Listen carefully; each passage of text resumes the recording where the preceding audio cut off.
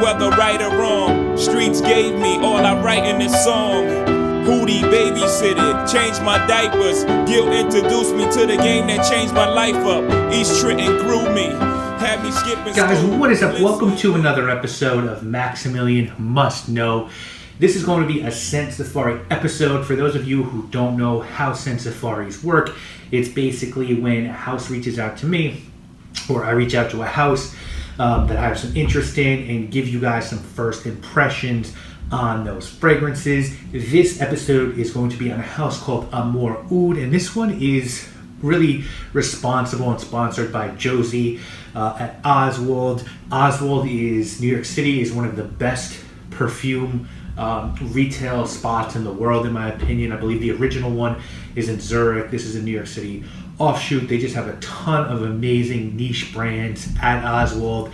Josie is a wonderful sales assistant, or I believe sales manager, sales director at this point now, over there, who's very active in the online fragrance community and really looks out and helps reviewers. And to me, Osswald's one of the best places, if not the best place in New York City to get your fragrance from. And she reached out to some new reviewers, and she was like, do you want to check this house out? I'll send you some samples. And I was definitely on board. And the brand, yes, is called Amouroud. Now, this is a new brand under the Perfumers Workshop umbrella. You might know them from fragrances like Tea Rose, which to me is probably the best rose scent on the market in terms of dollar for dollar. You might know them from the Samba series, and now they're launching like a real proper luxury brand. These will be available at Osswald. They'll retail for around $200 for a 100 ml range, so really good value, of course, for niche scents. They're launching, I believe, with 10 fragrances. They sent me 6 for purpose of this review. I'm going to go through 4, the 4 that I thought you guys would probably find most interesting. The fragrances came in this cool little velvet bag. They sent a USB with some information on Perfumers Workshop, a little travel case, and then these wonderful sprays with the names of the fragrances on the bottom. So let's go through 4. The first one we're going to go through is called Midnight Rose. Now, Midnight Rose was penned by Patricia Chu, who did one of my favorite fragrances in PCO2 for Bio Parfum Kunstwerk. Notes on this one include lychee, pomelo, and mate at the top, lily, rose, iris in the middle, amber, labdanum, and rose in the base. And this is a beautiful fruity rose. I don't find it to be super dark. I guess it does have a little bit of darkness to it. I really sort of get the lychee in this one. To me, it's almost like if you stuck a rose in like a tropical drink. So it's got this just really nice sort of islandy vibe to it. There is sort of a ambery dry down on this one. I like this one. I think it's really good. For me, it's probably goes a little feminine.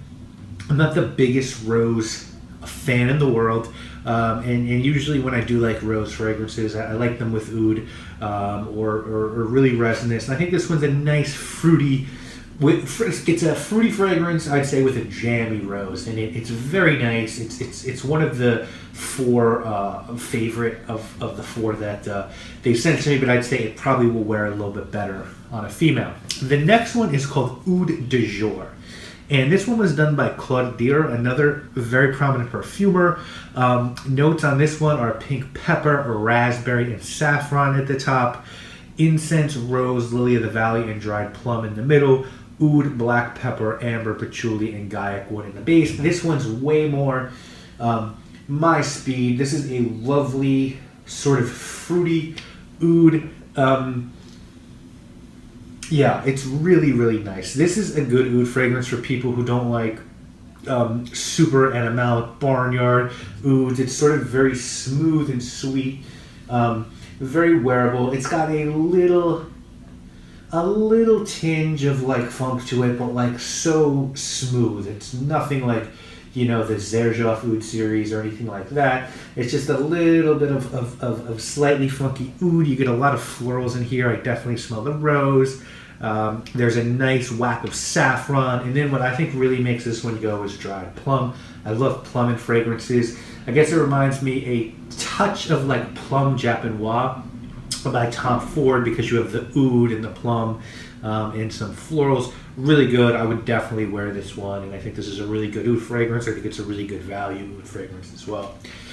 The next one we're going to talk about is called Santalum Indis. Now, this one was done by a perfumer named Irina Berklova. And Berlikova. I'm not really familiar with her work, but the notes on this one are absinthe and incense at the top, curry tree, narcissus, rose, and cedar in the middle, and sandalwood, leather, musk, and vetiver in the base. And this is a really nice sandalwood fragrance. In messing around trying to make my own perfume, sandalwood is a note I'm really starting to learn about and learn how expensive a real good sandalwood could be. And it smells like there's some quality sandalwood used in this one. I don't know if I get the absinthe. I would have really liked to get the absinthe in this one. I definitely get a little bit of the incense. It's not like a church liturgical incense. It's more sort of like a frankincense, a real frankincense note.